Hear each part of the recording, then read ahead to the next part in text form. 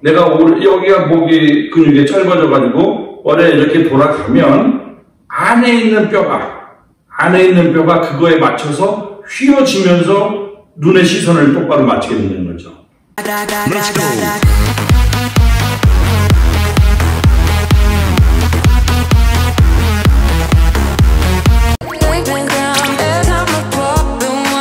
척추 측만증이 그러면 우리가 유형을 한번 생각을 해봐야 돼요. 유형을 한 번씩 그려볼게요. 그래서 여기를 한번 이렇게 봅시다. 여기를 이제 우리 머리 뒤통수라고 뒤에 있는 모습으로 한번 보겠습니다. 그래서 이거는 요거를 이렇게 하면 척추뼈에 그대로 보면 뒤통수와 척추뼈, 그 다음에 요 청골이라고 하는 뼈를 그렸어요. 청골, 요거를 요거를 후두골 이렇게 했습니다. 그래서 이게 똑바로 돼 있으면 이게 정상인 척추뼈를 가지고 있는데, 이게 측만증이 되면 어떤 형태가 되냐면 목뼈만 휘어지는 사람이 있어요. 목뼈. 우리 경추라고 하는 목뼈만 휘어지고 그 다음에 반드시 내려와서 이렇게 되어 있는 사람이 있어요. 이런 유형도 있고, 그 다음에 아주 많은 경우입니다. 이런 경우가. 이 경우가 아니라 지금 그리는 경우가. 그래서 좌축이 됐든 우축이 됐든 어느 한쪽으로 척추뼈가 이렇게 크게 만들게 돼요. 특히 어느 부위가, 이 부위는 우리가 흉추라고 하는 척추뼈의 중간 부위를 기점으로 많이 휘어지는 거지. 그런 일이 많이 벌어져요. 우선 일단 경우를 한번 다 얘기하고 그렇게 생긴 것에 대해서 하나씩 한번 또 공부를 해보도록 하겠습니다. 그 다음에 이렇게 돼서 목뼈가 쫙 와서 흉추에 있는 부위가 휘어져서 이렇게 형성되어 있는 경우도 있습니다. 좀 목뼈가 너무 길게 그려졌네요. 다시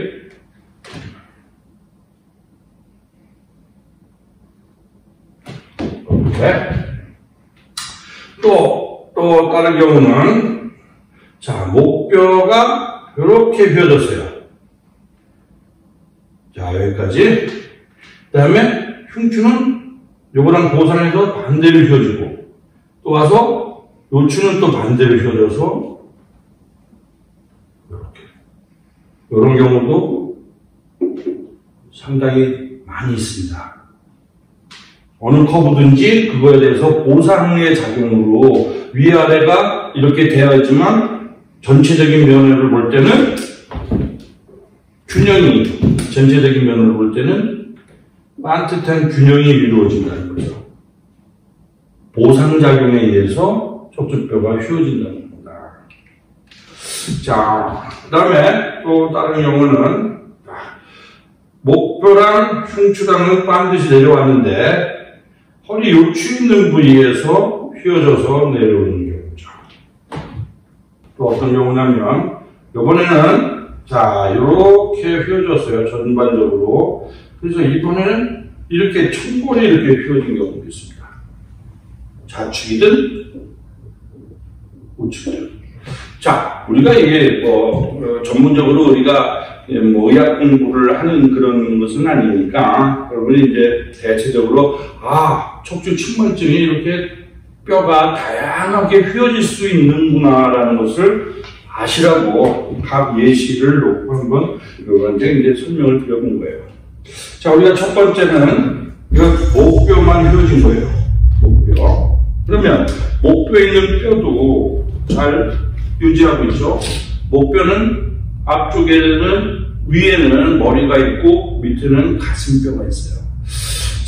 가장 흔한 경우를 우리가 볼 때 아까처럼 이런 흉추의 이 중간 부위 이렇게 되는 흉추의 중간 부위에 척추 측만증이 많이 발생을 해요. 많이. 아마도 이 이유는 척추뼈를 보면 요 부위죠. 요 부위에서 가장 많이 휘어지는 이런 모습을 보죠. 이렇게 지낼 수가 없으니까 우리 몸은 어떻게 해요? 평형을 맞추기 위해서 목뼈가 보선을 하게 됩니다. 자, 이런 것이 그냥 순식간에 일어나는 것이 아니라 몇 년, 10년, 20년, 아주 긴 세월 동안에 이런 것들이 이루어지는 거죠. 물론 외상에 의해서 자동차 사고가 났거나 외부에 큰 높은 데서 떨어지거나 충격을 받아서 그 다음부터 급속도로 이렇게 측만증이 생기는 경우도 있습니다. 그리고 또 선천적으로 이 척추뼈가 이렇게 네모나게 생기지 않고 동그랗게 이 모습을 안 하고 쐐기처럼 생겨서 척추뼈가 이렇게 무너지는 경우도 있어요. 근데 그런 거는 선천적인 문제는 우리가 오늘 수업 시간에는 배제를 하고 우리가 이제 주 목표는 잘못된 생활 습관, 잘못된 여러분 자세로 인해서 발생한 척추 측만증을 우리가 어떻게 관리할 거냐. 그래서 이걸 건강인 측면에서 얘기하는 거예요. 그래서 흉추 있는 부위는 아주 특별하게 이런 갈비뼈가 있어요. 갈비뼈. 이 갈비뼈가 있다고 해서 뒤에 있는 척추뼈랑 같이 갈비뼈가 쫙 붙어 있습니다. 다른 부위와 다르게 이 등에 있는 이 부위는 갈비뼈랑 연결이 되어 있어요. 자, 이렇게 갈비뼈랑 연결되어 있는 이 부위는 오히려 더 단단하게, 우리가 새 우리장처럼 단단하게 더 이 뼈가 반듯하게 더 있을 것 같은데 왜 이쪽 부위가 더 이렇게 많이 휘어질까? 라고 하는 거죠. 그거는 우리 몸에 3차원적인 힘을 이 갈비뼈가 제공해주고 있기 때문이에요. 오히려 여기는 그냥 척추뼈의 하나의 모양으로 위아래 허리뼈나 요추라고 하는 허리뼈도 그냥 자기 뼈의 모양만 가지고 있는데 얘가 이렇게 돼 있어요. 이렇게 돼 있다는 것은 외부에 어떤 힘이 가해지면 통으로, 입체적으로 이렇게 틀어진다는 거예요. 다른 데보다 복잡한 구조를 가지고 있는 거는 한번 잘못되면 이게 바로 잡히기가 더 어렵다는 거예요. 이런 부위, 아무것도 없는 이 부위가 휘어지는 그런 것보다는 이렇게 단단한 이 가슴우리, 갈비뼈라고 하는 이 뼈가 단단히 잡고 있는 뼈의 부담이 더 크게 작용한다는 거죠. 그래서 많은 부위는 또 어떤 것이 있냐면, 이런 늘상 무엇을 해요? 숨을 쉬고 있죠. 호흡을 하죠. 가슴이 늘 커졌다, 줄어들었다, 커졌다, 줄어들었다 하는 힘. 그것이 내 갈비뼈가 조금 틀어지면 그 틀어진 것에 의해서 호흡의 힘이 끊임없이 척추뼈에 계속 전달이 된다는 겁니다. 그게 한 번의 호흡으로 되는 것이 아니라 굉장히 오랜 세월 동안에 누적되어 있는 척추뼈의 변형된 모습이라고 생각하면 될 거예요. 자, 여기서 다시 보면, 자, 이래서 목뼈가 이렇게 틀어진 경우입니다. 다행히 나머지의 그 척추뼈는 반듯하죠. 여러분이 좀 흔히들 말해서 어떤 경우냐면 컴퓨터를 요새 많이 쓰니까 거북목증후군이라고도 아마 얘기를 많이 들었을 거예요.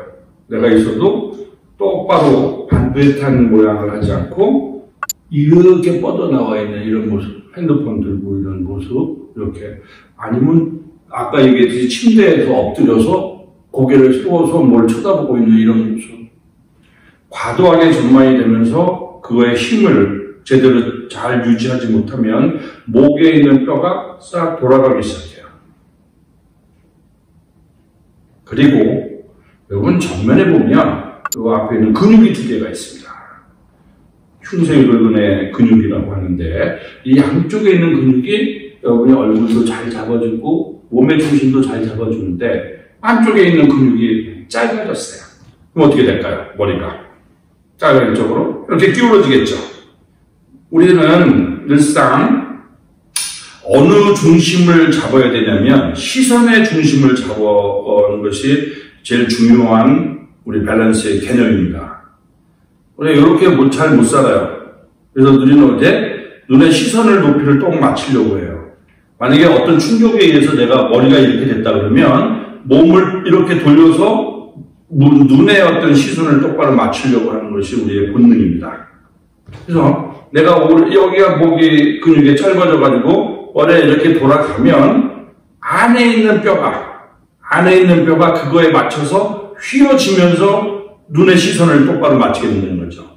즉 다시 말해서 어떤 외부의 어떤 힘에 의해서 내 시선이 틀어진 것을 안에 있는 척추뼈를 틀어서 내 눈을 똑바로 맞춘다는 그런 개념이에요.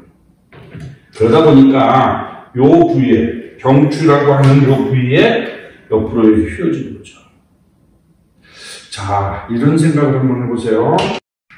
경추가 이렇게 휘어졌다라고 하는 것, 이런 생각을 하면서, 자, 이쪽에 있는 그림이랑 한번 우리가 비교를 한번 생각해 봅시다.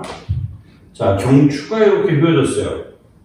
그러면 이 경추를 휘어진 것의 중심을 잡기 위해서 흉추는 반대편으로 휘어지겠죠.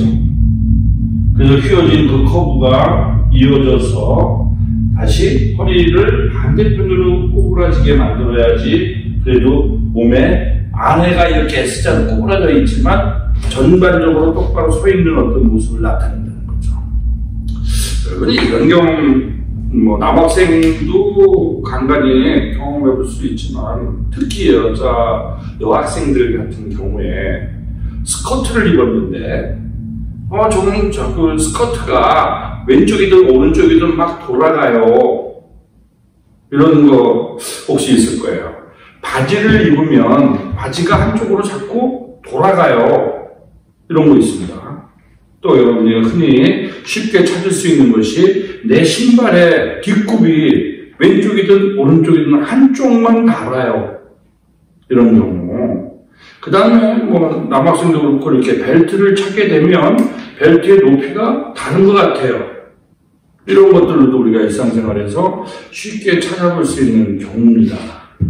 정말 측만증이 내가 있는지 없는지 또 쉽게 찾아보는 방법들이 있어요. 그 이제 제가 한번 실습을 통해서 여러분한테 찾는 방법을 또 가르쳐 주도록 할게요. 지금은 이 척추 측만증이 이제 왜 이렇게 우리한테 생겼나라는 것을 여러분이 좀 상세히 알면 이것이 생기지 않게 여러분들도 생활 습관을 바꾸려고 하기 위해서 상세한 설명을 드리는 거예요. 사실 이렇게 여러 가지 경우가 이렇게 있는 것들은 여러분이 찾을 그거 사실 없죠. 왜? 병원에 가서 엑스레이를 찍으면 이런 것들이 이렇게 나와요. 그때 나왔을 때 어머 아니면 아이고야 내 척추가 이렇게 휘어졌대. 이거 큰일 난 거 아니야? 물론 큰일 났죠.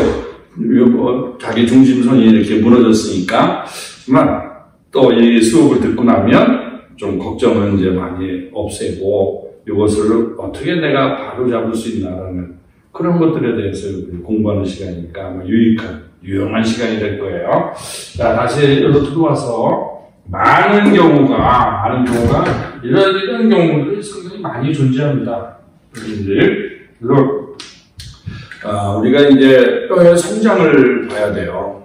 어렸을 때 아기 때 이제 아기가 태어나서 처음에 이제 점점 이렇게 성장을 해서 3살, 4살, 5살 유아기 때부터 잘못된 어떤 습관이 이루어진다면 그때부터 이제 측만이 시작이 되면 성장하면서 계속 잘못되게 기울어지게 자라나게 되죠.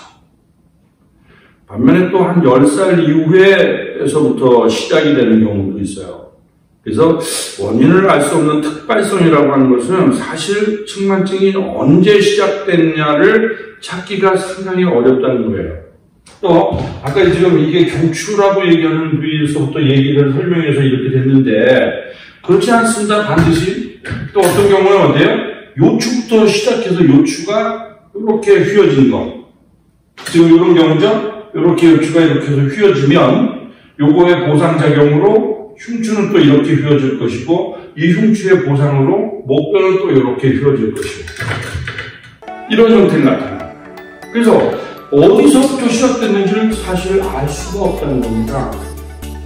결과론적으로 봤을 때 그래서 우리가 이런 다양한 것이 있구나. 근데 그것이 허리가 잘못돼서부터 내가 갔구나. 아니면 목부서부터 됐구나. 아니면 흉추부터 시작해서 위아래도 갈 수 있다는 것이죠.